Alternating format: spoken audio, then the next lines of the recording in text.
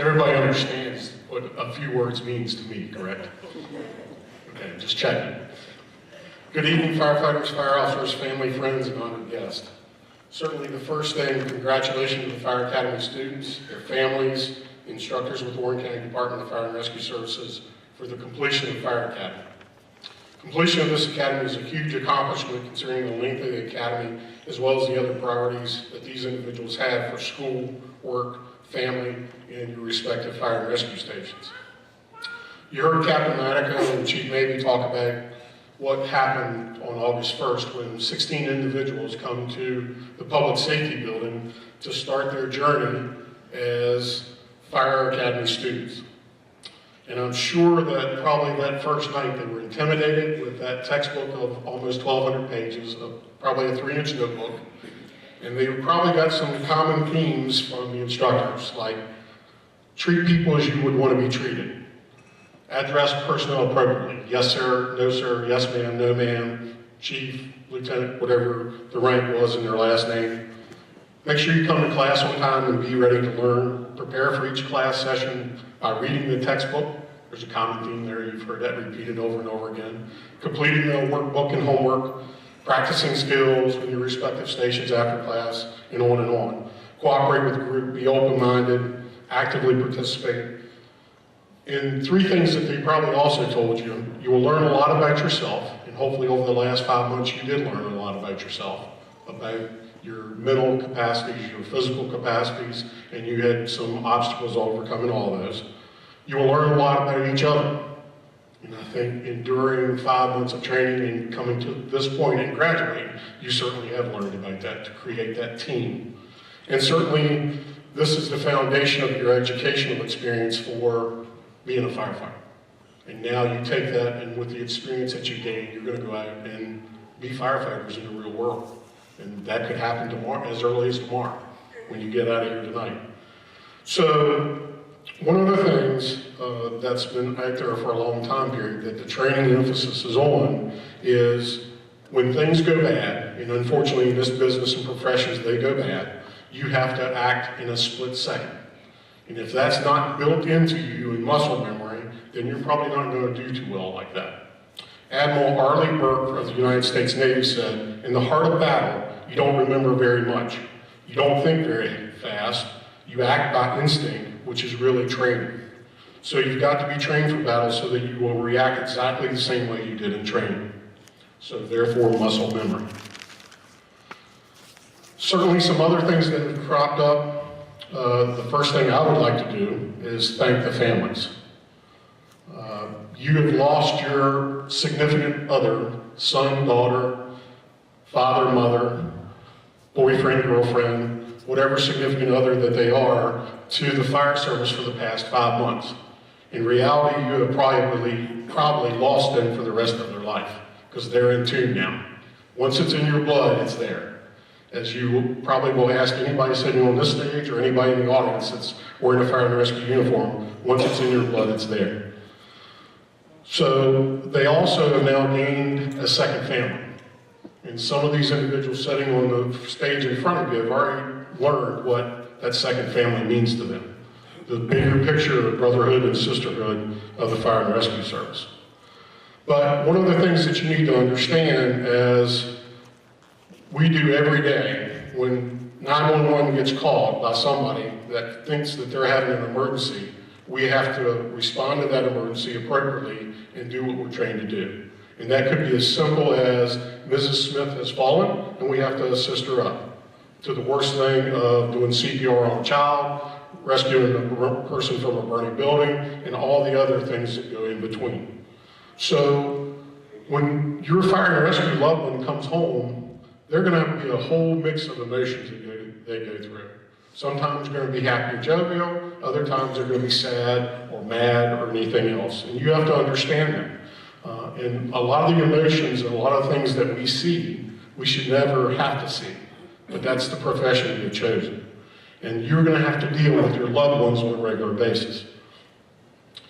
And for some of you that's been to our academy graduations in Frederick, you've heard this in the past, so bear with me, but this says something about being a family member. And it's called I Wish You Could. And the author is unknown, but it was written by a wife of a firefighter that chose not to give her name. I wish you could see the sadness of a businessman as his livelihood goes up in flames, or that family returning home only to find their house and belongings damaged or destroyed. I wish you could know what it is like to search a burning bedroom for trapped children, flames rolling above your head and palms and knees burning as you crawl, the floor sagging under your weight as the kitchen beneath you burns. I wish you could comprehend a wife's horror at 3 a.m. as I check her husband of 40 years for a pulse and find none. I start CPR anyway, hoping to bring him back, knowing intuitively that it is too late, but wanting his wife and family to know everything possible was done. I wish you knew the unique smell of burning insulation, the taste of soot-filled mucus, the feeling of intense heat through your turnout gear, the sound of flames crackling, the eeriness of being able to see absolutely nothing in dense smoke, sensations I have become too familiar with. I wish you could understand how it feels to go to work in the morning after having spent most of the night hot and soaking wet in a multiple alarm fire. I wish you could read my mind as I respond to a building fire. Is this a false alarm or a working, breathing fire? How's the building construction? What hazards await me? Is anyone trapped? Or do an EMS call? What is wrong with the patient? Is it minor or life-threatening? Is the caller really in distress, or is he or she waiting for us with a 2x4 or with a gun? I wish you could be in the emergency room as a doctor pronounces dead a beautiful 5-year-old girl that I've tried to save during the past 25 minutes. He will never go on a first date or say the words, "I love you, Mommy," again. I wish you could know the frustration I feel in the cab engine, the driver with his foot pressing down hard on the pedal, my arm tugging again and again at the air horn chain, as you fail to yield the right-of-way at an intersection or in traffic. When you need us, however, your first comment upon our arrival will be, "It took you forever to get here." I wish you could know my thoughts as I help extricate a girl of teenage years from the mangled remains of her automobile. What if this was my sister, my girlfriend, or a friend? What were her parents' reaction going to be when they opened the door to find a police officer with hat in hand? I wish you could know how it feels to walk in the back door and greet my parents and family, not having the heart to tell them that I nearly did not come back from the last call I was on. I wish you could feel the hurt as people verbally and sometimes physically abuse us or belittle what I do, or as they express their attitudes or it will never happen to me. I wish you could know the brotherhood and self-satisfaction of helping save a life, or preserving someone's property, or being there in time of crisis, or creating order from total chaos.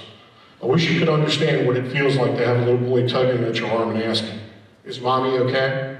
Not even being able to look in his eyes without tears from your own and not knowing what to say. Or to hold back a longtime friend who watches his buddy having rescue breathing done on him as they take him away in the ambulance. You know all along he did not have a seatbelt on, sensations I am too familiar with. Unless you have lived with this kind of life, you will probably never truly understand or appreciate who I am. We are what our job really means to us. I wish you could. So family members, be cognizant of that when you see one of your loved ones come home and they're stressed. Because something has happened. They may not want to talk about it. The tradition of our profession tells us not to talk about it to our family members because we don't want to burden them. But we need to talk to each other. So remember that for your families. For the recruits, you made it through 5 months of education and training that, along with your education and experience, have brought you or will serve as the foundation of your career in the Fire and Rescue Service. This foundation will allow you to build upon the knowledge, skills, and abilities to adapt and overcome the events and incidences that you will have to solve during the months and years to come. You will hear some of the other fire and rescue personnel tell you, throw away those books and they will tell you as well as show you how it is really done in the field. Those are the people you worry about. Remember, the education and experience that you received in the Fire Academy serves as a foundation, and you have the responsibility of spanning your education and experiences to become a good, solid fire and rescue provider. These levels of education and experience will allow you to choose many different paths to accomplish the end result, which really is to serve and protect our customers and our communities. If you come to the fire and rescue station every day with a positive attitude, willing to learn something about this profession every day, wear your personal protective equipment and self-contained breathing apparatus as you were trained, perform in every situation as it was the worst case scenario, and give 150% all the time, you will be successful in this profession. After graduating tonight, any one of you could be put in a position where you're riding in the officer's seat on a fire engine, responding to a house fire with people trapped. So you need to perform to the best of your abilities very quickly, because that's how our fire and rescue system is set up. Captain Madico told me that your class motto is, learn something new every day. Okay? We can't emphasize that enough. Never stop learning. Your education and training in the fire and rescue profession has just started. When some of us started in the fire and rescue service, education was gained through experience, by trial and error. In today's fire and rescue service, it requires highly educated and trained individuals to recognize the hazards associated with the incident and then be able to utilize their thought processes to mitigate the incident in a timely fashion. Practice the basic fundamental skills on a regular basis that you learned in the academy, as these are the skills that prevent serious injuries or death during a catastrophic event. As most of you learned during the past 5 months, decisions have to be made in a matter of seconds, and your brother and sister firefighters and civilians rely on us to make good decisions. Today's environment and society are changing at a rapid pace, and in order for the fire and rescue service to be able to handle the incidents of the future, we have to prepare ourselves to learn every day.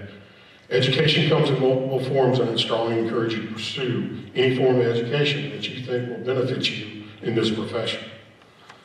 Train as your life depends on it, because it truly does.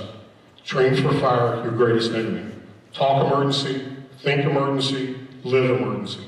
Never become complacent, because there is no such thing as a routine incident until you're back in the fire station safe. Live to train, train to live. Represent the fire and rescue service with pride. Now that you're part of the brotherhood and sisterhood of the American Fire and Rescue Service, it is your cause and duty to represent the service with integrity, honor, and pride at all times. All of us chose to join the fire and rescue profession as a volunteer, paid on call, or paid member, and have the responsibility to make it a better profession than when you started. By becoming a fire and rescue professional, you have assumed your place as a caretaker of the noblest of traditions. You are now the new caretakers.